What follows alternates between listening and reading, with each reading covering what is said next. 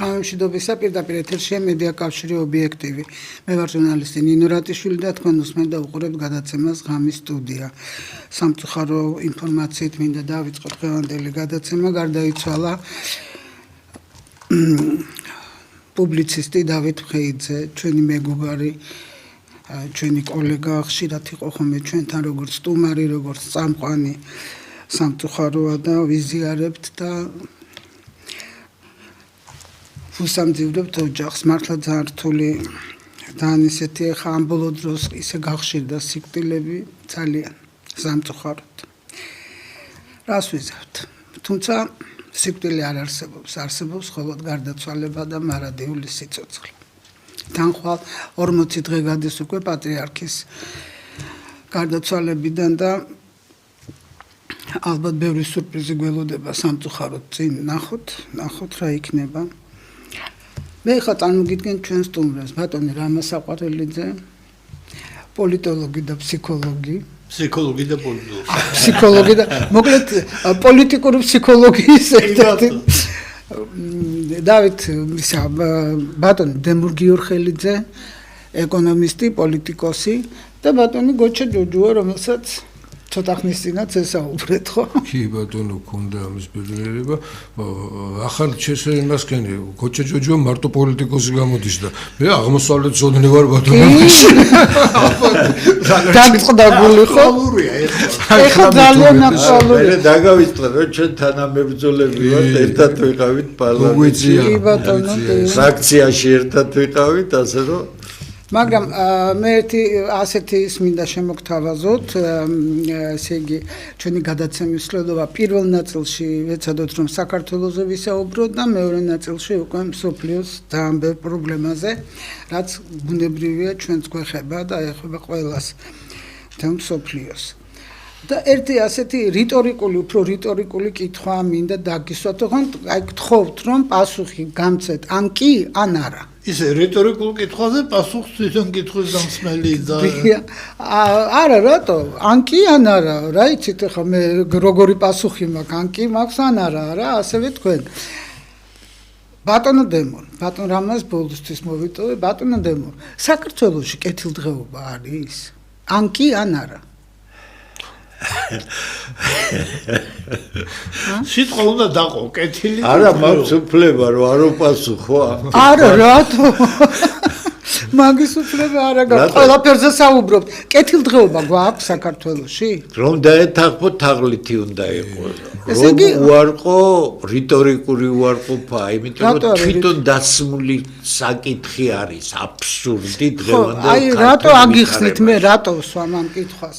ესე იგი, მაინც რიტორიკული უარი, არა რომ არ არის კეთილდღეობა თქვენ. არანაირი კეთილდღეობა არ არის, პირიქით, გაცილებით უარესად და მდგომარეობა, ვიდრე შეიძლება ამის წარმოდგენა. ეხლა გოჩას კითხოთ.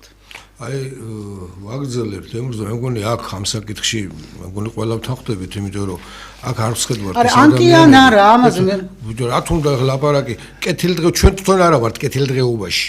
ხო, ეხლა აქ რო ვიღაცა ვისხდეთ, რომ აწყობილი ცხოვრება გქონდეს. არა. არა. ბატონო რამას თქვენ ასეთით. კეთილი ხალხი არის აქ. არა, კეთილდღეობა ეხლა დღეობა დაპატიჟებაზეა.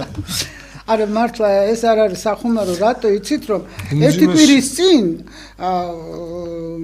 გაჟღერდა იმედის ტელევიზიით, რომ თურმე კეთილდღეობის თვალსაზრისით საქართველო არის ერთ-ერთ წამყვან პოზიციაზე დასავლეთში. იმედიდან ყველაფერია მოსალოდნელი, ამიტომ რატო უნდა გვიკვირდეს? აი ხა მე მინდა ბატონ რამას ვკითხო. სარკაზმის გარეშე. მე ვიცი დაახლოებით უხეშად როგორ ადგენენ, ეხო უცხოური კრიტერიუმებით დადგენილია. და გამოიკვლიეს და ადგენეს. და როგორ ფიქრობთ არის კეთილდღეობა? მეთოდიკა საინტერესო იქნებოდა ესე ბატონო. ფსიქოლოგიურია კმაყოფილება ცხოვრებით და ძირითადი ეგ არის და ობიექტური. ცოცხალი რო ხარ, კმაყოფილი ხარ? ეგ არის კეთილდღეობა. საინტერესო რამეს ამბობთ. ესე საქართველოში ადამიანების ნაწილი თავს თulis რო კარგად არის. კაცო, იმეებში ფიჯი და ისინი რო არის, კუნძულები ყველაზე მაღალია. ხო, ისინი თვლიან რომ საერთოდ ბედნიერები არიან. ხო, ხო და ეხლა ეს მე რაღაცა ვერ წარმოვიდგენია რომ 80% ფიქრობდეს რომ აი საქართველოში კეთილდღეობა, მაგრამ ის 20% რომლისთვისაც არის ეს კეთილდღეობა, ხო იცით, ანდაზა გვაქვს ჩვენ მაძღარს ყველა მაძღარი გონიო. ეს არ არის გამაღიზიანება, ფსიქოლოგიურად მინდა კითხოთ, როგორ ფიქრობთ? აი ხა აი ამ ინფორმაციას რომ მოისმენს საშუალო ფენა არ აქვს, ხო? არ ყავს. აი 80% შემადგენელი მოქალაქე. მისთვის ეს გამაღიზიანებელი არ არის ბატონო. ეგ ინფორმაცია რომ კეთილდღეობა. ხო, თურმე კეთილდღეობაში ცხოვრობს და თვითონ აზე არ არის. ცოტა რამდენიმე წლის წინანდელი დახურული გამოკითხვა და შესწავლა ამ საკითხისა მოხდა, თუმცა არ გახმაურებულა, მე შემიძლია გითხრათ რა სიტუაცია. 5% საქართველოში არის ძალიან კარგად. კი ბატონო. აქ ორი აზრი არ არსებობს. ეს არის წარმოიდგინეთ. დანარჩენი 15-20-დან 9% არის კარგად. ეს არის 14%. დაახლოებით ეს არის 300-დან 400,000 კაცამდე. და ყველანი ესენი კონცენტრირებული არიან თბილისში, ძირითადად. ბათუმი, ქუთაისი, სხვა რამდენიმე დიდი ქალაქი საქართველოში, თითოეულ ქუთაისშიც რომ შეკრიბო, გამოკრიბო 2,000 კაცი თუ გამოვა. ბათუმშიც შეიძლება მეტი, მაგრამ ქართველებზეა საუბარი. კი, ქართველებზე. 86%-ს აქვს უახლოესი 100 წელი დიდი პრობლემები, თუ არაფერი შეიცვალა და თუ ასე გაგრძელდა, ეს 86% განწირულია აი იმ 5%-ისთვის და ჯამში საქართველოში 14%-ისთვის ჩვენ შეგვიძლია ვთქვათ, ეხლაც რომ გადავამოწმოთ ეს ყველაფერი და ვინმე დააფინანსოს ეს კვლევა, პლუს მინუს 1-2%-ში იქნება სხვაობა. მეტი, იმიტომ რომ სტრუქტურა საზოგადოების სტრატიფიკაციისა არ შეცვლა. აი იცით რა არის, მე ხა როგორც ფსიქოლოგს ვეკითხები ბატონ რამას, არის ესეთი მიდგომაც, ხო? შენ უნდა უჩიჩინო, კარგად ცხოვრობ და ეს ხა არ გამოიღებს, ხო? დაუშვათ, როცა ცარიელი მაცვირების ქვეყანაა, სოციალურად დაუცველია და გამაღიზიანებელი ფაქტორი ხო არის ეს მოსახლეობის? არა? ეხლა ჩიჩინით პრობლემა არ არის კაცო, 70 წელიწად ჩიჩინი გვესმოდა. და ძალიან ბევრს იგივე რუსეთში მიაჩნდა, რომ ჭეშმარიტებაა, რასაც გაზეთია.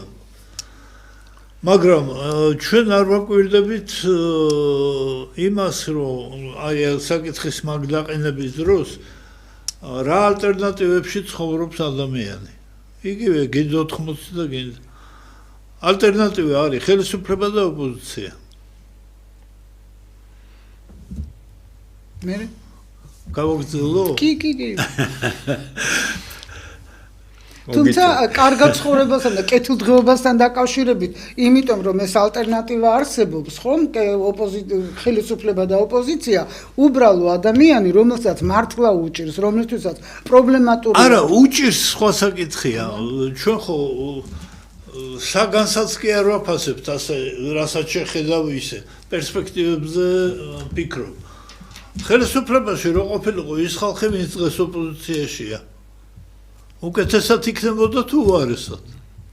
და ეს არის კეთილდღეობა? ერთ-ერთი ხელისუფლებაში ყოფნა ეს არის სუპერ კეთილდღეობის განმაპირობებელი საქართველოს რეალობაში და სამწუხაროდ ქართული ეს ხელისუფლებისთვის არის სუპერ რეალობა, ხო? თვითონ რო კარგად არის. მაგრამ მე ვეკითხები იმ დაახლოებით 80-86%-ის შესახებ.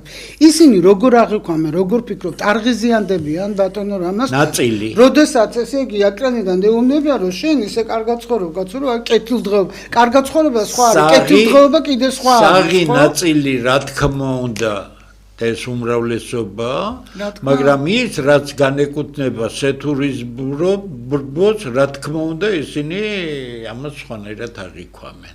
ისინი ბედნიერები არიან თავიანთი პატრონების კეთილდღეობით. ისინი რო არიან კარგად და ამის გარდა ალბათ რაც ლადონმა რამაზმაც თქვა, ხო შედარებითია, ხო რასთან ადარებს ადამიანი. ხლა თუ შევხედავთ იმას, რაც ირანში ხდება, ხლა თუ იმას შეადარებს, ფიქრობს, რომ ჩემ ქვეყანაში ბომბები არ ცვივა და უფრო უკეთესად ვარ, ან პალესტინაში რაც ხდება. ეს კეთილდღეობა არა. უყურე, ამიტომ გეუბნები, ადამიანი კეთილდღეობას ამ შემთხვევაში რა კრიტერიუმები დაცულობის თვალსაზრისით. სხვადასხვა ფორმა დაცულობა კი, რომ არ არის ჩვენთან ომი, ბომბები არ ცვივა. კი, მშიერი ვარ, შეიძლება რაღაცა, მაგრამ ნუ ისეთ საშინელ მდგომარეობაში მაინც არა ვარ თან, აი, რასაც კიდე კი, მაგრამ ალტერნატივა რა შეიძლება იყოს? ისევე ხომ არ მირჩევნია, ვიდრე თუნდაც ცვლილება, მაგრამ იმ ცვლილებაში არ ვიცი რა იქნება და თანაც გამოცდილებიდან გამომდინარე, რასაც ხელისუფლება მაქსიმალურად ცდილობს, ვინ არის ჩემი ალტერნატივა, შეხედე რა შეიძლება მოყვეს ამას. აქ არ არის კეთილდღეობა. ეხლა ჩვენ იცით რაღაცა უტრირებას ვაკეთებთ. ეს კეთილდღეობა. მაგრამ ამერიკის შეერთებულ შტატებში კეთილდღეობა არა. თუ გვეკითხები პასუხი. კი ბატონო, გისმენთ. კეთილდღეობა იცით რა არის? ეს უკვე გვაწვევი. კაი. არ გინდა მოიწოდო, იმიტომ რომ ჩვენ ვცდილობთ რომ გავიგოთ ამ ხალხმა რითი მისცა რა ლოგიკით გასცა პასუხი. ნუ რაღაც ვერსიები გაგვიჩნდა, მაგრამ რეალურად რომ გავარკვიოთ ის სიღრმეები ამ მოტივებს რაც ჩვენ გინდა, მაშინ დემონსტრაციას უნდა დაფინანსდეს და თავიდან ჩატარდეს. ეხლა ბატონ რამაზი კარგი რამე შეეხო. როდესაც კეთილდღეობაზეა საუბარი, ეკონომიკაში არსებობს კრიტერიუმები. ანონიმურია ეს არ არის საქართველოს კრიტერიუმი, ამერიკის კრიტერიუმი, არის დამუშავებულია ძალიან სერიოზული, მეცნიერული დონე არსებობს. არის ის, რომ თლიანში და პროდუქტის ზრდას როცა აკეთებ, მაგალითად შეერთებულ შტატებში ამას მოყვება 5 პარალელური მონაცემი, იმიტომ რომ თლიანი შიდა პროდუქტის ზრდა ბევრს არაფერს არ ნიშნავს. კერძო სექტორში საქართველოს დაუბრუნდეთ, საქართველოს. უბრუნდები. არის მზა კრიტერიუმები, რომელიც მე რაც ვიცი და მე მგონი რაღაც ვიცი, შემიძლია გითხრათ, რომ ვერანაირი კრიტერიუმით საქართველოში კეთილდღეობა ვერ იქნება, იმიტომ რომ გამორიცხულია. ის რასაც ხელისუფლება აკეთებს, მაგალითად საშუალო ხელფასის მონაცემს აკეთებს, ეს სრული აბსურდია, იმიტომ რომ საზოგადოებაში ერთი 5 ჯგუფი რომ გამოვყოთ სოციალური ფენები, მათ მიერ მიღებული საერთო კეთილდღეობიდან წილი არ შეესაბამება, იმიტომ რომ ძალიან დიდი გამფენაა. არის ეგრეთ წოდებული ლორენცის მრუდი, რომ ააგო, თუ ყველაფერი თანაბრად იქნებოდა იდეალურად 20% მიიღებდა 20%, 40% და თქვენ გეკნებოდა ბისექტრის ასეთი სწორი კუთხე რო ავიღოთ კოორდინატა სისტემა. არა, საქართველოში როგორ ეცი კარგად არის ეს აგებული, ჩვენ გავაკეთეთ თავის დროზე, ეს მიყვება ქვევით, აბცის და ღერც და სულ უმნიშვნელო ნაწილში ვარდება ზევით. ანუ საქართველოში უმნიშვნელო ნაწილი არის ძალიან კარგად, სუპერ. იმაზე უფრო კარგად, ვიდრე შეიძლება შეძლებული ფენები იყოს, თქვათ, განვითარებულ დასავლურ ქვეყნებში. და ეს დამახასიათებელია ნეოკოლონიალური ეკონომიკისთვის. ნეოკოლონიალურ ეკონომიკაში, როგორც არის საქართველოს დღევანდელობა, ჩნდება ელიტა, რომელიც ცხოვრობს განსხვავებით მთელი საზოგადოებისგან და მას აქვს მაღალი მოთხოვნები იმ ფონდთან შედარებით, რაც ქვეყანაშია.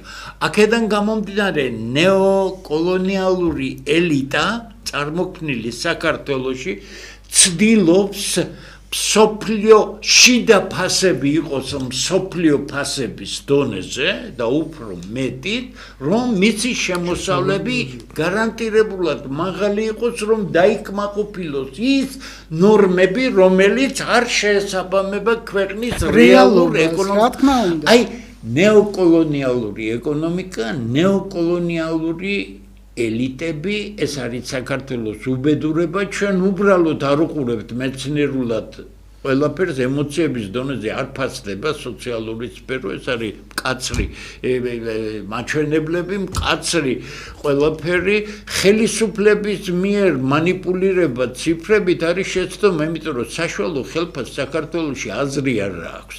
რატომ იცით, ცნობილი ბანკების მენეჯერების ხელფასები არის მილიონები წლის განმავლობაში, თქვათ მილიონი და 1000-ლარიანი ხელფასი, ისიც კაი ხელფასი ვამბობ, 1000-ლარიანის ხელფასი არის 12000 ლარი. ახლა მილიონს და 12000 ლარს თუ შეკრიბავთ თქვენ და გაასაშვალოებთ, ამას მიიღებთ უზარმაზარ. მე აი რა აბსოლუტურად გეთანხმებით, მოყვებით მაგ პათოსში, მაგრამ მე მაინტერესებს, რას აძლევს ხელისუფლებას ეს ციცრუ? როგორ რას აძლევს? რას აძლევს?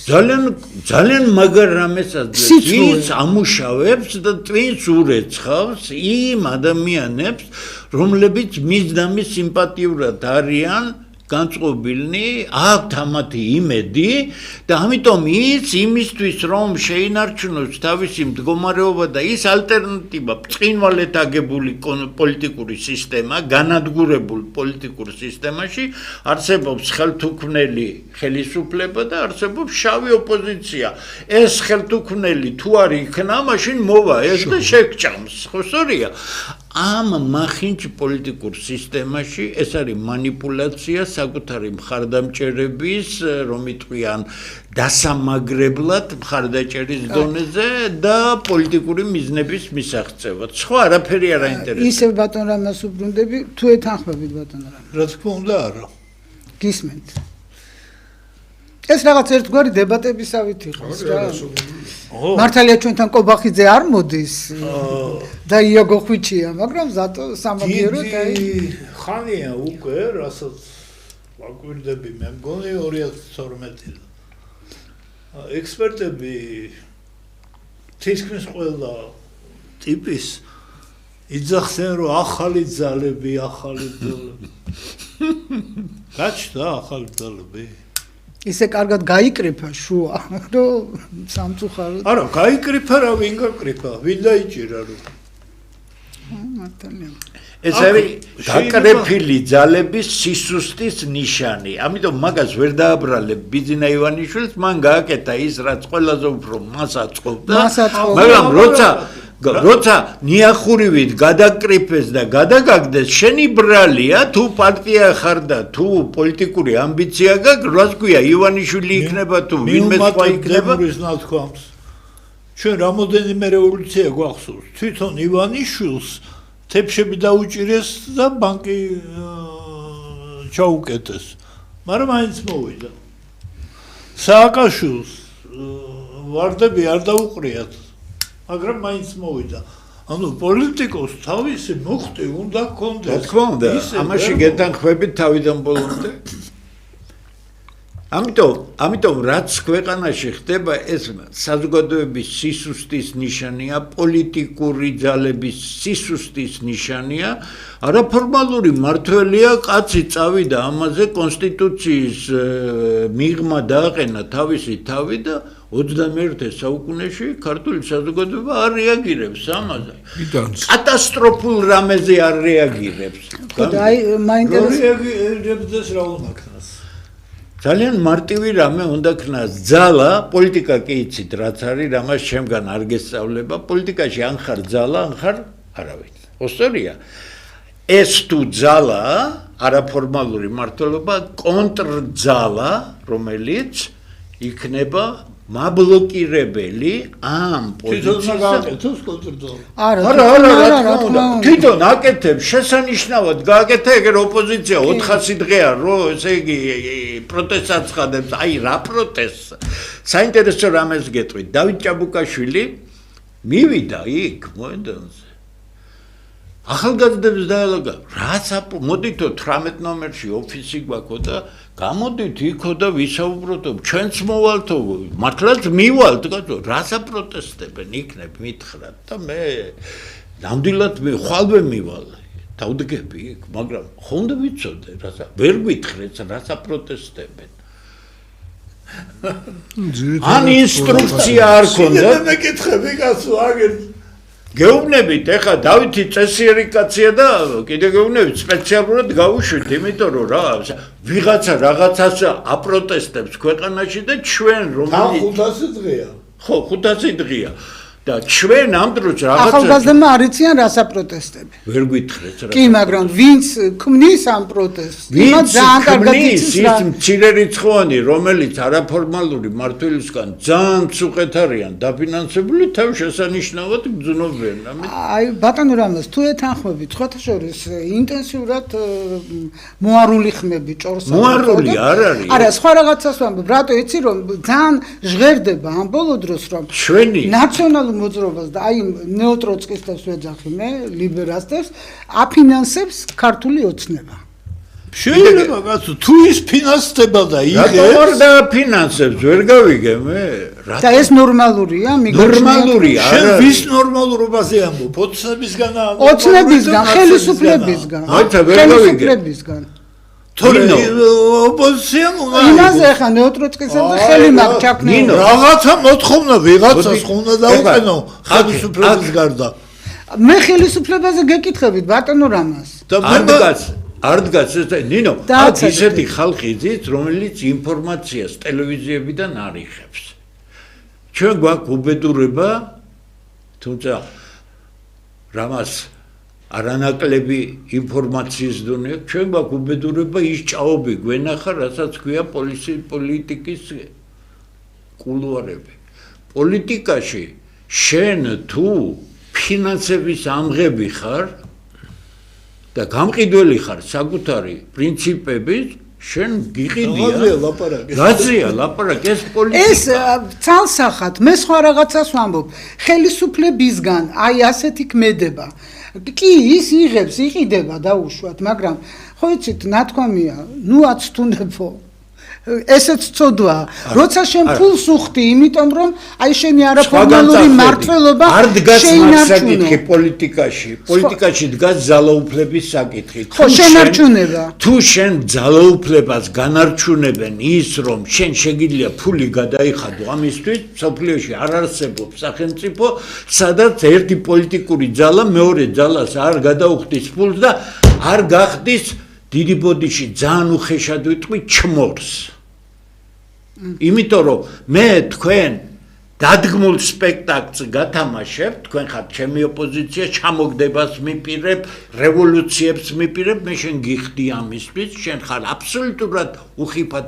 მაშინ როცა რუსთაველზე ვითომ რევოლუცია კეთდებოდა, მე ღია ტექსტით ვამბობდი, ამაზე კაი საქმეს, ხელისუფლებას ვერავინ ვერ გაუკეთებს, იმიტომ რომ ჯერ ერთი სოფლიოში სადნახეთ თქვენ სტუდენტებს რაიმე გადმოეტრიალებიოს და მით უმეტეს მე სკოლის ბავშვები რომ მიუმატეს, ხო ეს სრული უზნეობა, ხო? და ამ უზნეობაზე ვამბობ მე სხვათა შორის, სწორედ. მე კიდე პოლიტიკურ გადატრიალებას აკეთებს კონტრპარტიები, კონტრპოლიტიკური ძალები, რომელიც უპირისპირდება და წინა ხაზზე დგას ის ხალხი, ჭარმაგი ხალხი, საშუალო თაობის ხალხი, ახალგაზრდებს რა უნდა წინა ხაზზე და იარაღით და იმითი სადნახეთ ეს, მაგრამ ყველაფერი დავაზიანეთ. ამიტომ გაცილებით ღრმა პრობლემაა ქვეყანაში და გაცილებით სერიოზულად გასააზრებელია ყველაფერი. ერთ თემას დავსვამ, თუმცა ჩვენთვის ინფორმაცია ყველაფერი ცნობილია. ვინ დაშალა ნაციონალური მოძრაობა? ერთი შეხედვით პოლიტიკური ლოგიკა გეუბნება. ხალხი, რომელიც ხელისუფლებაში იყო და რაღაც მხარდაჭერები ყავს, 4-5 ძალად იშლება. რამ დაშალა? მოდი მარტივი კითხვა დავსვათ. რამ დაშალა ბატონო რამას? რამ დაშალა და რამ დაშალა იცით? მანდა მაინც მეკითხრათ. კი. ფულმა დაშალა. ნუ რა თქვა. ფულმა დაშალა გარმონივით, ხო იცით? იმერეთში ამბობენ ფაჩიკოს გარმონივით, იმ ფაჩიკოს გარმონივით ფულმა დაშალა ნაციონალური მოძრაობა. კარგით, მოდით გოჩას და რამაზის ბატონ რამასაც ნაციონალები და საფული იცი ხოლმე რა. არ უყვართ არა? არ უყვართ. ხოსა, ამიტომ გავაგრძელებ ეჭვერ მეპარება რომ ეგ სცენარი წარმატებულად მუშაობს. ლემურის ძირითად აზრს გავაგრძელებ, რომ ხელისუფლებას თუ კი დაანახებ, რომ ფულის გამო დაუთმობ, შიშის გამო დაუთმობ. არ მოგაკლებს რაზე ელაპარაკე? არ მოგაკლებს ფულს, კაც? რასადა ცოტა სუსტად ხარ იმაში დაგადებს, რა თქმა უნდა. აქედან ჩვენი პრობლემა ხელისუფლება კი აღარ არის. არ არის, ნამდვილად არ არის. ოპოზიციის არ ქონა არის პრობლემა. აი, რეალური ოპოზიცია. მოდით თავარი პრობლემა გამოიკვეთა ამ საუბარში. თუ 3-4 ერთმანეთის მაკონტროლებელი და ერთმანეთისგან დამოუკიდებელი პოლიტიკური ძალა არ არის ქვეყანაში, ყოველთვის იქნება ასეთი რა. ეთქო. ამიტომ არ შეიძლება ივანიშვილს დააბრალო ის, რომ ის არის არაფორმალური მმართველი. მან მოიწყო იდეალური გარემო მისთვის და 13 წელია ინარჩუნებს ამას. კოლოსალური დროა. კარგი, გოჩასაც ვკითხოთ რა, გოჩა. რა შეიძლება გოჩა, ჩემზე უფრო ინფორმირებული კაცია.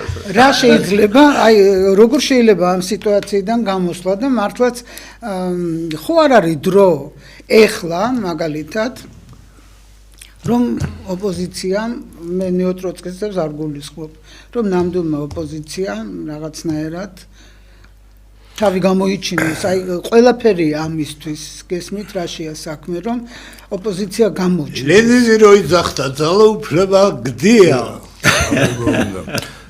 რასაკვირველია ახლა, რასაც ბატონები ამბობენ, კოლეგები ეთანხმები იმაში, რომ მართლაც ესე არა.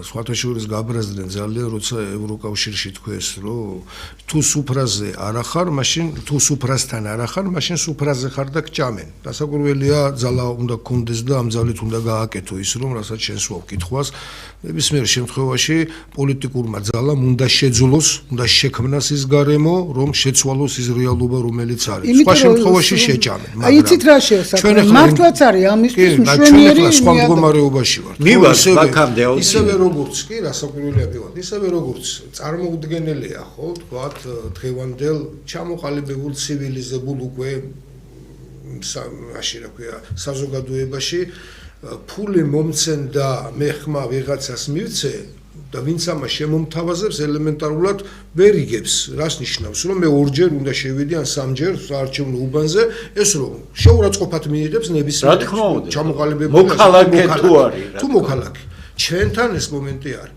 აქედან გამომდინარე, როცა ასეთი მოქალაქე იმათანაც კაი ბევრი ნაგავია დაგროვილი. კი, რა თქმა არის, მაგრამ ხო არის რასაკვირველია, რასაც შევხედავ. არაკეთილ დღეობა განაპირობებს, რომ 20 ლარად და 50 ლარად მოქალაქე ივიწყებს თავის აი ამ პასუხისგებლობას და იყიდება. ამაშია საქმე. რა აი ეს მძიმე ცხოვრება. ეს კვერცხის და ქათმის არ იყოს, ან რა ვიცი კიდე ქათმის. ხა მძიმე ცხოვრება განაპირობებს, ხა კარგი ხო, მაგრამ იმისათვის რომ კარგი ცხოვრება გქონდეს, ჯერ ესეც საზოგადოება უნდა გააკეთო და მე მიიღებ იმას, რომ გექნება ნორმალურად, ხო? ისევე როგორც ახლა ვლაპარაკობ, პასუხის ჯერ მივიდეთ იქამდე, რომ მოსახლეობამ რასაც დემური თავიდან დაიწყო, აი პირდაპირ თქვა, რომ იტანსო ამასო ქართული მოსახლეობა, რომ ყავს არაფორმალური მმართველი.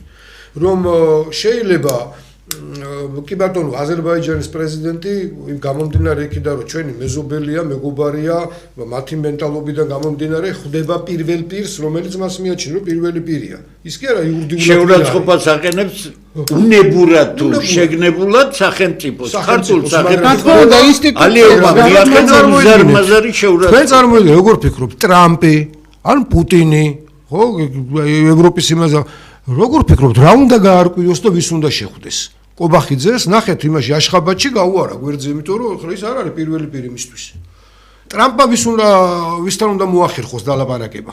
ისიც ჩამოვიდეს და შეხვდეს როგორც ბიზნესმენი. ლეგიტიმაციის გარეთ ყოფი ადამიანი იყოს პოლიტიკური სუბიექტი, გამორიცხული. ანუ რასაც დავუყურე, ჩვენ ვართ ისეთ მდგომარეობაში, ჩვენ კი ვიტანთ ამას. ის ვიტანთ იმას და გეთანხმები რამას თუ ფულს რატომ არ შევინარჩუნებ ხელისუფლებას, როდესაც ასეთი აზროვნება შევინარჩუნე გადასარევი 40 მილიონი მიცა იმას ნიკა გვარამიას საარჩევნო იმას 40 მილიონი კი არა 40 ლარს ვერ აიღებ ამ ქვეყანაში თუ კონტროლირებადი არ არის 40 მილიონი ქონდა გვარამიას მიცა ხვდებით ამას ყველანი არ უნდა ამას დიდი ისა ფულს იღებენ არ იღებენ შეკრულია გამოკრულია რეალურად იცოდა, არ იცოდა, ფაქტი სახეზეა, ხო, ყველანი ხვდებით იმას, რომ მართვადია ეს ყველაფერი ამ ქვეყანაში. ამიტომ ჯერ მოვამზადოთ და მივა აქამდე. საზოგადოებაც მივა. როცა ბატონი რამაზეც, როცა ბატონი დემური, როცა მე შენ გადავწყვეტ, რომ არა რა, ასე ცხოვრება. არ მეშინია იმ ნაცების, იმიტომ რომ ვერ მოვლენ. ამიტომ აქამდე მაშინებენ, იმიტომ რომ შეიძლება ესენი მოვიდნენ, მე თუ გავიწევი. ის რომ თურმე საზღვარგარეთ, ნახეთ როგორ არის თვითკმარი გონიათ თავი კაცო დღემდე. იმ წრეს ალიანსი რო დაარქვეს. ვის ამერიკელი იქნება თუ ევროპელი იქნება, საბოლოო ჯამში ხო ჩვენზე უნდა გააკეთოს საბოლოო ჯამში ფსონი, იმიტომ რომ ჩვენს გარდა სხვა არავინ არ არის. შედეგს ვერ მიიღებს. ასე ფიქრობენ ისინი. არ ფიქრობს არავინო ქართველმა ხალხმა უნდა გადაწყვიტოს. არა გარედან, ესენი რას აკეთებენ? ბატონო შეხედეთ, გარედან მეხუთე კოლონაა ეს. თვითონ მეხუთე კოლონა კი გავიგე რომ ეს არის შენი. შენ ვინ ხარ, კაცო? ის 5%-ს რომელსაც ყველაფერი გაქვს და დანარჩენი რომ დაამშე გარბის ქვეყანა დაიქცა. დაიქცა პირდაპირ გაგები დემოგრაფიულად განადგურებულები ვართ. რაზეა ლაპარაკი, რომელი იმაზე მელაპარაკები, ხვალ და ზეგ შეიცვლება, ახალი თაობა მოვა, გაღწავა. ვერ ჩერდება. ახალი თაობა იგივე უარესი იქნება. აბა რა იქნება? ასეთ იმაში გაზრდილი რა უნდა მოვიდეს? რომელი იმაზე ახალი ძალა მოვა? საიდან ეს ახალი მარსიდან ჩამოფრინდება? აქ არის დება ეს ახალი ძალაც. მე ბავშვები ვნახე, ახალები რომლებიც მოდიან და ფიქრობენ, არის გამოსავალი, გოჩა, არის გამოსავალი. თუ კი შევთანხმდებით, რომ ახალი არაფერი არ იქნება. 70 წელი გვაქვს გავლილი. გამოცდილება, ხო? ნანახი. რამდენი საპროტესტო აქცია იყო თუ მოთხოვნა იყო, შეგონება იყო, რომ ინამუსეს რაიმე დეტალში. ისე რომ თუ კი მართველი ძალა მართავს, ისე რომ ალტერნატივა არ აქვს, ის ნებისმიერ იდიოტობას გააკეთებს. შეგეჭუნებაზე წამსვლელია ყველაფერი. რამაც თქვენ ხო იცით ძალიან კარგად, რომ დაახლოებით ანუ იდიოტობაზე მიდის ქართული აი ოცნება. ადრე თქვათ ასე არ ვიყავი ხო, რაღაც კი ვიცი, მაგრამ არ 99 წლიდან, როდესაც პარლამენტარები გავხდით ჩვენ ვიცით ყველა მიტინგი როგორ იგეგმება. სტიქიური მიტინგები საქართველოში არ არის. სტიქიური პროტესტი საქართველოში არასდროს არ ყოფილა. ყველა საკ პოლიტიკური მიზნები ხალხი გამოყენებულია მხოლოდ მასალად და რამდენი წელია წრე ბრუნავს და ხალხი ერთი და იგივე წრეზე ტყუდება ამ ყველაფერზე. თუ შენ არ იცი რომ ეს ალტერნატივა ამისა, მე შორსა ვარ იმაზრიდან, რომ ერთი პარტია დომინირებული უნდა იყოს. 3-4 დამაბალანსებელი. სხვათა შორის გეტყვით ერთ რაიმეს, ამას მოწმეები ყავს. ვაშინგტონში უშიშროების საბჭოში ძალიან მაგარ ხალხს და უზარმაზარი დეპარტამენტის ხელმძღვანელს ვეუბნები. ჩვენ ქვეყანას სულ ვიყავით. 1-200 წელი დავრჩებით კიდე ქვეყანად, მაგრამ მე არც თქვენ არ იცით რა იქნება, მაგრამ გაიგეთ, რომ სახელმწიფო გვინდა ჩვენ და გააკეთეთ ისე, რომ ნუ აკეთებთ ერთი ძალისკენ აქცენტ, 3-4 ძალა, რომ კოალიციური თამაში ისწავლოს, ურთიერთდაბალანსება ისწავლოს. პოლიტიკური კულტურა გაიზარდოს ხო ქვეყანაში. დემურ. მაგარი ჩიკისრე მაგ კითხვისთვის. როგორ შეიძლება მაგ კითხვა? შენ ოდესმე ნახე, რომ რამოდენიმე ძალაზე იმუშავა უცხოეთმა. იმიტომ აქვს დასავლეთ დედა ნატირები საქართველოში. საქართველოში რატო? მარტო. ყველგან, სხვაგანაც, რა თქმა უნდა. მაგრამ როგორ იყო, იცი, რაც მივხვდი მე, მათ არ იცოდნენ ქართული რეალობა. აი, მათ არ იცოდნენ ქართული კულტურის სიღრმე და რა ხალხია ეს საერთოდ. და იქნება და უკაცრავად და თუ იმას ვლაპარაკობთ, რომ ხელისუფლებაში მყოფი თუ სინდისზე ხელს აიღებს და არის ის პრობლემა. რატო უნდა იქონდეს ეს სინდისი, ინარჩუნებს რა. იმათ რა პრობლემა ექნება? მართავს რა, იგივე ხლა ვიძინა ივანიშვილი ხვალდაზე გრა ვერ გაჯდება და რაღაცებს ვერ დაალაგებს ამერიკელებთან. იმ გარე ძალისთვის ივანიშვილს მართავს აქ, ნაცმოძრაობას მართავს, ვიღაცა გამოჩდება, მნიშვნელობა რა. ამერიკული ბუნებიდან გამომდინარე, კი იცით თქვენ, ის ხალხი სხვანაირი მენტალობის, შენ თუ იმენაირი არ ახარ, ანუ შენ თუ ღირებულებების ფარგლებში კაცი არ ახარ, გიყურებს გამოსაყენებელი ფიგურა. self-made man რასაც უწოდებენ ისინი თავისი შექმნენ, ისინი მხოლოდ კაცს ღირსებას ცემენ პატივ. შეტა ღირსებაში მოიკოჭლებენ ეხლა. კიდე გეუბნები, კაცურ ღირსებაში განსაკუთრებით პოლიტიკაში. არა. თუ შენ ხელზე ხარ მიჩერებული, იცით რა გექცევა ეგრე რა. იმხელა უზარმაზარი თანამდებობის კაცმა რა მითხრა? ესე იგი, თქვენ თავრობას ვერ გაუგეთ ვერაფერი, საერთოდ რა უნდა ვერ გავიგეთ. და სხვათა შორის უკაცრავად და რუსებმაც კითხვეს ბაპატიანინო ერთმანეთს და საინტერესო ის წამოვიდა. ჩვენს პოსტსაბჭოურ სივრცეშიო სახელმწიფოებრიობაო ფაქტიურათო, სომხეთი, საქართველოსო ალბათო ეს ქონდაო. რაღაც ისტორიის საფუძველი. ისტორიის ისიც ისტორიიდან. ეხლა მოსულები არიანო ელიტებიო, რომელთაც თავიანთი ინტერესები აქვს და ხანდახან სახელმწიფო ინტერესებისგან მიღმაო და ჩვენ უნდა ვისწავლოთ ამ ელიტებთან ლაპარაკი, იმიტომ რომ ჩვენ რა გვაინტერესებს ის გავაკე. იგივე აქ ეს რუსკი არა აქვს, რუსულ დამზა ამბობს, თორე იმათ არა აქვს ეგრე ევროპას, ამერიკას. კი არ იგონებს. აბადე ისტორიულად ეგრე არ იყო? ისე იყო, მუდმივად გეთანხმები, რამე ახალიც აქ არაფერი არ არის. ანუ ჩვენი ბრალია. ჩვენ რას გავაკეთებთ? ნეოკოლონიალური ელიტა. საქართველოში ტიპიური ნეოკოლონიალური ელიტა არის და ყველაზე დიდი ტრაგედია საქართველოში არის, რომ ხელისუფლება და ეს ბიზნეს ელიტა ნეოკოლონიალური არის შერწყმული ერთად, ანუ საქართველოს განვითარების საკითხი არის დასრულებული თუ გაჭედილი სიტუაციაა ფაქტიურად. აი ამაზე რა სიტყვით ბატონო რამოს. რაზე აბალნითხარ და ბევრი ტექსტი. აი რომ საქართველოს განვითარება დასრულებულია, იმიტომ რომ ეს არის დაწყებული იყო? დასრულებულზე აბსოლუტურად დამოუკიდებელი საქართველოს განვითარების გზაზე არ ყოფილა. ესე იგი არ დაწყებულა. არ დაწყებულა. ესე იგი დასრულებული არ არის. არ დასრულებული არის. არა, თქვენს თქვი დასრულებული არის. არა, დასრულებული. ესე იგი ვერც დაიწყება. არა. ამ სიტუაციაში ქართველებს თუ გონიათ რომ განვითარება ელოდებათ, მაშინ ქართველს გონება დაბნელებია.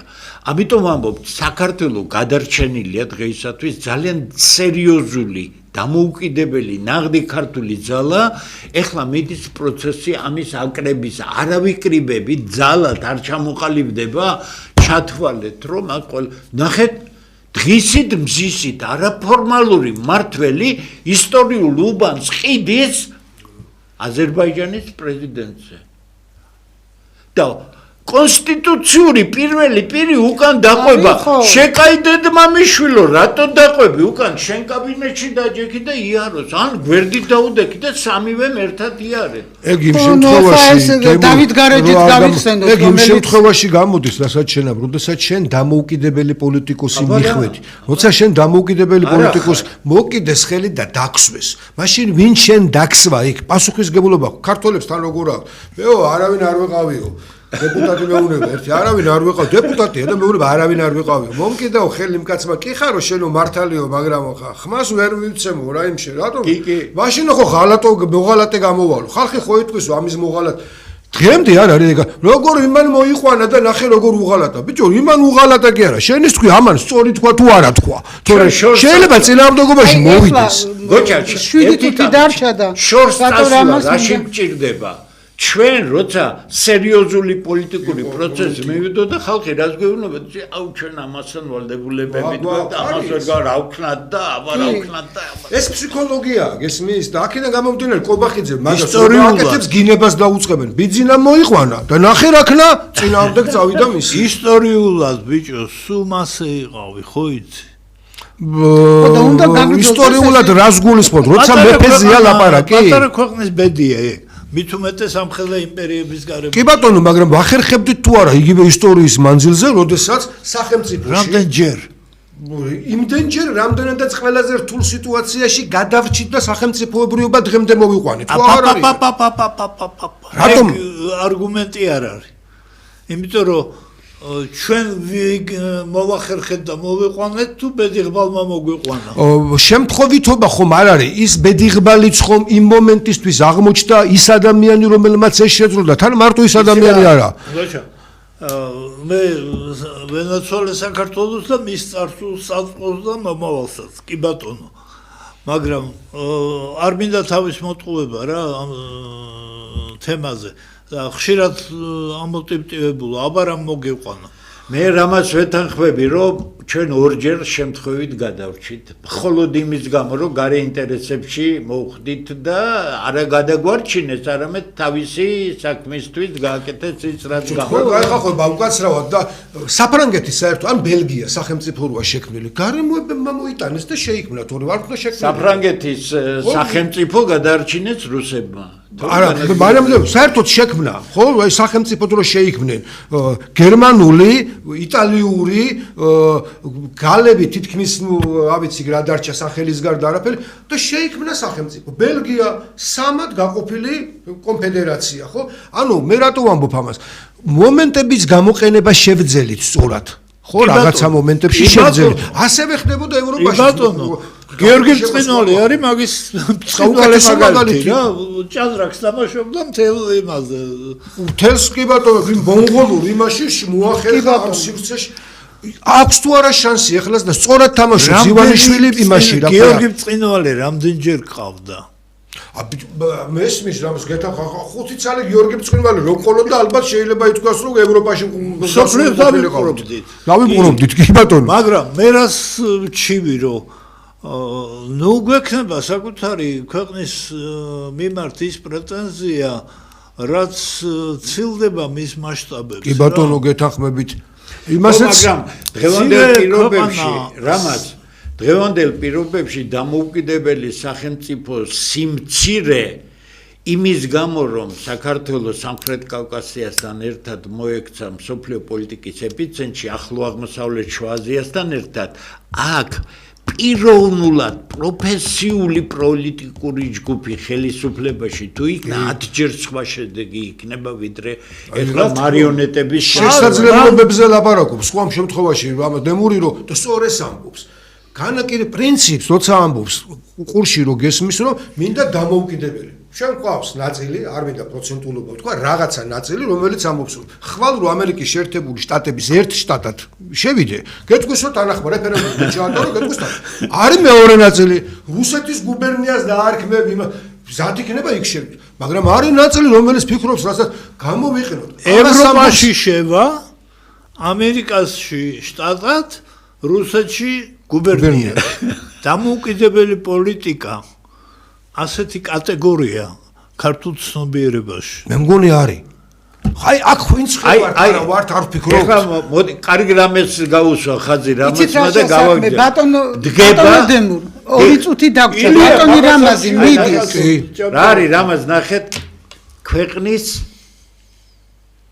გარკვეულ მომენტში დგება ის მდგომარეობა, როცა ისტორიული გარდატეხა უნდა მოახდინო. თუ შენ ეხლა იმ 700-სლოვან ისტორიულ ტრაექტორიას ახლა არ წაიყვან სხვა მიმართულებით საქართველოს ქართველებისთვის თავდება დემოგრაფია ახსენა გოჩა დემოგრაფია განადგურებს რაც იზამს ახლა ივანიშვილი იქნება სააკაშვილი იქნება დემოგრაფია ვარგიშვილის აღარ ახარდა ბატონი რამაზე გტოვებს მეორე საათზე სამწუხაროდ არჩევ ამიტომ რეზუმესავით აი რა პოლიტიკურ ფსიქოლოგიურ დიაგნოზს დაუსვავდით აი ამ ვითარებას ხო ესე იგი რა მდგომარეობაში ვარ დღეს შენ ახლა პოლიტიკური ფსიქოლოგია მიხსენე მე სიმართლე გითხრა აღფრთოვანებული ვარ ქართული ხალხის იმიტომ რომ ქართული ხალხი არ აყვა ქარიზმას თემ სოფლიოში ქარიზმა არის გინება. ქარიზმატული ლიდერი კომპლიმენტი არა. გიტლერი იყო. ქართული ხალხი არ აყვა ქარიზმას. ქართული ხალხის დიდი ნაწილი 2012-ში ეს ქარიზმა იუარა, მერეც ქარიზმას არ მიყვება, ევროპული ქარიზმაც კი იუარა. ევროპა მართლა შენთვის ქარიზმატული კატეგორიაა რა. კლასიკური ევროპა ყოველთვის იყო და ქართველებისთვის იყო, რა თქმა უნდა. მაგრამ ეგეც იუარა, ესე რომ არ არის ის საქმე, რომ ამ ხალხს ბევრ რამეს უსაყვედურებ, მათ შორის იმას, რომ ოპოზიციის წარმოშობა არ შეუძლია და პროტესტი არ შეუძლია. იქ სადაც საპროტესტოა, თორე დღევანდელი პროცესების მონაწილე ქართული ხალხი არ არის ბრბო. რა თქმა უნდა არ არის. პირიქით. რა თქმა უნდა არის ნაწილი, რომელიც გავლენების თუმცა მისი პასიურობაც კი სინამდვილეში მაგის ნიშანია. აი ბევრ რაღაცაში შეიძლება არის რაღაც გარკვეულწილად ეს მომენტი. ინტუიცია აქვს ხოლმე სხვა შორის არის ერთი მომენტი, რომლის თქმა უბრალოდ აუცილებელია.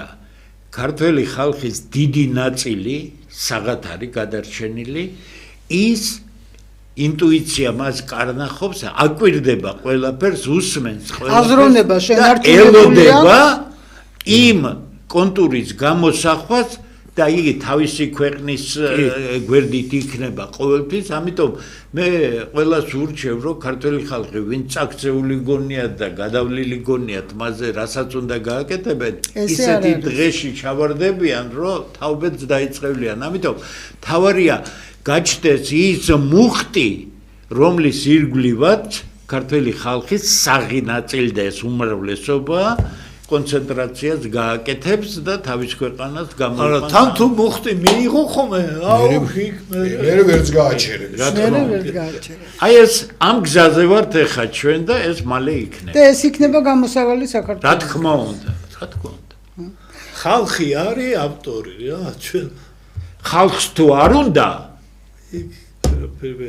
და იცით აი ამ სიტუაციაში რითიც დავიწყებ იმას დავამთავრებ, გამაღიზანებელი ფაქტორია, როდესაც შენ ეკრანებიდან გეუბნებიან, რომ კეთილდღეობაში ცხოვრობ, რომ ეკონომიკური აღმასლა თქვენ ამბობთ, რომ საქართველოში არის აზროვნება, არა, ხო და ეს მუხტს უფრო რისი თქმა მინდა, ეს უფრო დაძაბავს მუხტს და რატო აკეთებს ამას ხელისუფლება? მაგდენი მრჩეველი არ აყავთ, რომ ნეგატიური მხარე უთხრან, კაცო, არა.